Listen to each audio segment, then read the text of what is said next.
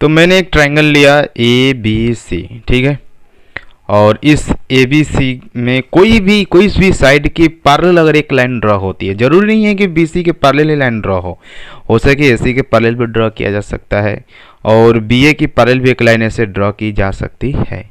लेकिन ज़्यादातर जो बुक है या फिर हमारी माइंड जो है ज़्यादातर समझने की कोशिश करती है, मतलब यही कि बी ये थोड़ा सा सीधा लगता है और ज़्यादा बैठता है, समझ में ज़्यादा आता है। तो हम क्या करेंगे, बी सी के पैरेलल एक लाइन ड्रॉ करेंगे, ठीक है। This is a line which is B C which is parallel to B C. लेकिन जब ये लाइन हमने ड्रॉ किया तो ए बी को दो जगह कट किया, इसको हमने बोल दिया डी और इसको हमने बोल दिया ई, ठीक है। तो ये पैरेलल है तो हम यहाँ लिख देते हैं कि D E parallel B C. याद रखना है कि ये पैरेलल होगी, ये थ्योरम है। किसी साइड के पैरेलल एक लाइन ड्रॉ की जाती है तो वो दूसरे साइड जो बच रहे हैं उनको दो जगह अलग अलग कट करती है, जिसका नाम डी और इसका नाम ई दे दिया। जब कट करेगी तो यहाँ जो साइड का रेशियो मिलेगा वो इक्वल हो जाएगा, जैसे A D upon D B is equal to A E upon में ई सी। यही थेल्स थ्योरम ने कहा था। कुछ नहीं है बच्चों, जब एक साइड के पैरेलल दूसरी लाइन ड्रॉ की जाती है तो बचा हुआ जो दो लाइन है उसको दो हिस्सों में कट करता है, और वो जो दो हिस्सा है, जैसे ये ए बी जो है दो पार्ट में बट गया, ए डी और डी बी, और ये जो ए सी है दो हिस्सा में बट गया, ए ई और ई सी। तो इसका जो साइड का रेशियो मिलेगा A D upon D B equal हो जाएगा ए ई अपॉन ई सी के साथ। इसका प्रूफ होता है, ठीक है। तो ये हो गया थेल्स थ्योरम। अब इसका कन्वर्स क्या कहता है, देखिए इसकी ज़रूरत पड़ती है। जब पैरेलल हो जाएगा तो मैं रेशियो लिख सकता हूँ, ठीक है। दूसरी बात इसमें यह चीज़ें हैं कि यह थेल्स साहब ने बताया नहीं था कि A D upon D B ही होगी। इधर किसी भी तरह से आप रेशियो ले सकते हैं, जो आपकी मर्जी। जैसे हमने ले लिया ए बी अपॉन में ए डी, लेकिन इसमें एक रूल याद रखना, जैसे आप ले रहे हैं इधर फर्स्ट मतलब LHS में, उसी तरह से RHS में भी लेना होगा। तो ए बी मतलब अपने पूरा लेंथ को ले लिया, A B upon A D, इधर भी लेना पड़ेगा ए सी अपॉन ए, इधर जैसे लेंगे हु बहु वैसे लेना पड़ेगा, नहीं तो गलत हो जाएगा। तो ए सी अपॉन ए, ठीक है। अब जिस तरीक़े से इधर आप रेशियो ले सकते हो उसी तरह से उधर भी लेना पड़ेगा। तो ये हो गया थेल्स थ्योरम क्लियर, मतलब उसकी थ्योरम ये क्या कहना चाहती हैं। अब चलते हैं हम लोग कन्वर्स इसका, कि कन्वर्स क्या होता है। Converse of Thales theorem. Thales theorem क्या होता है, देखिए पहले आपको पैरेलल दिया था तो रेशियो कहता है, रेशियो मिलता है, पैरेलल होता है तो रेशियो मिलता है। अब कन्वर्स में ये होगा ना कि रेशियो मिलेगा तो पैरेलल हो जाएगा।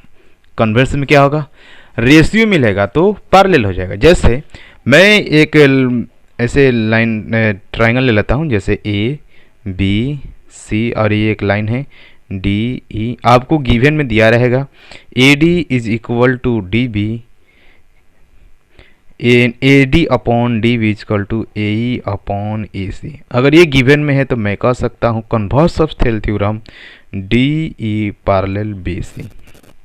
ये पहले होगा तो ये बाद में पूछी जाएगी, या फिर उसका कन्वर्स होता है। कन्वर्स कहता है कि अगर पैरेलल होगा तो रेशियो मिलेगी, थेल्स कहता है कि पैरेलल होगा तो रेशियो मिलेगी, और कन्वर्स कहता है रेशियो होगा तो पैरेलल होगी, ठीक है। तो चलो हम लोगों ने तो ये चीज़ें समझ गई हैं। अब समझ जाने के बाद से इस पर प्रॉब्लम्स कैसे होते हैं वो हम लोग समझते हैं। तो हमारे पास ट्रायंगल चैप्टर के दो क्वेश्चन हैं। दो क्वेश्चन बहुत अच्छे लेवल के हैं, उतने टफ भी नहीं है और उतने आसान भी नहीं हैं। फर्स्ट क्वेश्चन में यह है कि इन द फिगर, इस फिगर में जो डी ई है, डी ई ये रहा डी ई, यानी ये जो लेंथ है ये डी ई, वो पैरेलल है ए क्यू के साथ, यानी इसके साथ और ये लाइनें पैरेलल हैं, ठीक है। फिर डी एफ पैरेलल है आर ए के, इसके साथ। तो प्रूफ हमें यह करना है कि ई एफ जो है, यानी ये जो लेंथ बन रही ई एफ पैरेलल हो जाएगा क्यू आर के साथ। तो चलिए इतना काफ़ी है, इतने में तो हमारा बहुत इजी तरीक़ा से हो जाएगा। तो देखते हैं। सबसे पहली बात कि इस ट्रायंगल में ट्रायंगल पी ए क्यू, मैं लिख देता हूँ इन ट्रायंगल का सिंबल पी ए क्यू, ठीक है। जब ई डी, यहाँ देखिए बहुत जो छोटा सा नज़र आ रहा है ये डी है, ई डी जो है बच्चों, ई डी या डी ई पैरेलल है किसके साथ, क्यू ए के साथ, क्यू ए के साथ, और इस ट्रायंगल में ये दोनों साइड आएंगे ही आएंगे। तो ये है कि अगर ये दोनों पैरेलल हैं तो थेल थ्योरम के अनुसार जब पैरेलल होते हैं तो साइड की रेशियो मिलती है। तो कैसे हम साइड की रेशियो लेंगे, तो यहाँ लिखेंगे D E parallel Q, then using Thales theorem आपको रेशियो मिलेगा क्या, पी ई अपॉन में E Q is equal to P D upon में डी ए, ये आपका डी है, ठीक है। इस पॉइंट को हम लोग डी बोले, बड़ा कर दिया। तो ये हमने बोल दिया क्वेश्चन नंबर 1। अब दूसरी बात कि इस ट्रायंगल में आते हैं पी ए आर, तो मैं लिख देता हूँ ट्रायंगल पी ए आर। इसमें जो डी एफ है यानी ये जो लाइन है ये पैरेलल है किसके साथ, इसके साथ, ठीक है। तो मैं लिख देता हूँ D F parallel A R के साथ। तो ज़रा बताइएगा जब ये दोनों लाइनें पैरेलल हो गई तो फिर से साइड का रेशियो मिलेगा किससे, थेल थ्योरम के अनुसार। तो हमें क्या मिलेगा, कैसे मिलेगा, ऐसे लिखेंगे पी एफ अपॉन में यानी ये लेंथ अपॉन में F R is equal to P D upon D A, P D upon D A. ये हो गया सेकेंड नंबर इक्वेशन। फर्स्ट में और सेकेंड में पी डी अपॉन डी ए दोनों सेम हैं। जब ये दोनों सेम हैं तो फिर ये दोनों आपस में क्या होंगे, इक्वल हो जाएंगे। तो यहाँ लिखेंगे पी ई अपॉन में E Q is equal to P F upon में एफ आर, यहाँ लिख लेंगे यूजिंग 1 और 2। अब ये रेशियो देखिए ढूंढिए इस फिगर में है कहाँ, तो पी अपॉन ई क्यू यानी ये length P upon E Q, P F upon F R, P F upon F R. तो हम कह सकते हैं कि इस बड़ा वाला ट्रायंगल जो है, बड़ा वाला ट्रायंगल में कन्वर्स ऑफ थेल थ्योरम जब रेशियो मिल जाती है तो ई एफ को क्या कहेंगे, ई एफ पैरेलल हो जाएगी क्यू आर के साथ। जब ये रेशियो मिल गई तो इसका मतलब हम कह सकते हैं कि कन्वर्स ऑफ थेल थ्योरम से ये जो ई एफ है क्यू आर के साथ क्या हो जाएगी, पैरेलल हो जाएगी। चलिए, तो ये हो गया फर्स्ट की सॉल्यूशन। अब सेकेंड में जरा आते हैं। सेकेंड वाला जो क्वेश्चन है थोड़ा ध्यान से समझना है कि सेकेंड में बोला है कि इन द फिगर, ये फिगर जरा देख लीजिए। बहुत सारे बच्चे को तो ये देखने में डाउट होगा, अरे भाई इतना कंजस्टेड है, कैसे क्या करें। कुछ नहीं है इसमें, बहुत आसान है, केवल ढूंढना है। मतलब जो IAS ऑफिसर बन के जो बच्चे ढूंढते हैं ना कि किस तरह से कैसे मर्डर होता है, तो इसमें क्या साइड देखना है कैसे पैरेलल है, तो साइड का रेशियो लिखना है। और ये जो बोले 9th क्लास से जो 10th क्लास का ट्रिग्नोमेट्री ट्रायंगल है, बहुत ईजी है, बहुत ही आसान है। तो ABC are points on the OP, OQ and OR। तो ये देखिए ABC, OQ, OR और OP में ये सारे के सारे मतलब 3 पॉइंट हैं, ठीक है। और इस तरीक़ा से हैं कि जो AB लाइन है यानी ये जो लाइन है पैरेलल है PQ के साथ। यानी जब पैरेलल आ जाता है ना तो बच्चों थेल थ्योरम अवश्य लगती है। तो ये दोनों पैरेलल हैं तो इस ट्रायंगल में लग सकते हैं POQ, ठीक है। और BC जो है, BC ये रहा, BC पैरेलल है QR के साथ। तो हमें प्रूफ यह कर देनी है कि AC जो है पैरेलल होगा AP के साथ, ठीक है। तो अगर ये दोनों पैरेलल हैं तो इसे हमें प्रूफ कर देनी है।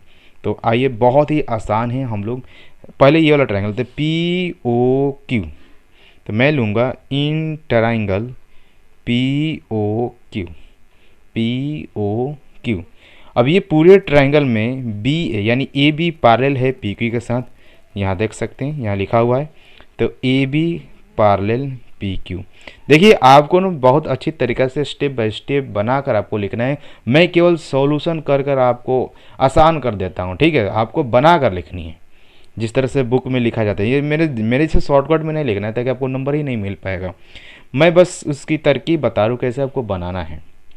तो AB पैरेलल है PQ के साथ, तो यूजिंग थेल थ्योरम, आप थेल थ्योरम को यूज करिएगा, ठीक है। तो आपको मिलेगा कैसे, OA अपॉन PA। तो OA अपॉन में AP कह दीजिए। मैंने आप ऐसे रेशियो ले रहे हैं तो इधर भी ऐसे ही लेंगे, O B upon B Q. ये हो गया इक्वेशन नंबर 1। अब इस ट्रायंगल में आइए, ये पैरेलल दिया है इसके साथ, ठीक है, जो गिवन में दिया है उसी तरह से चलेंगे।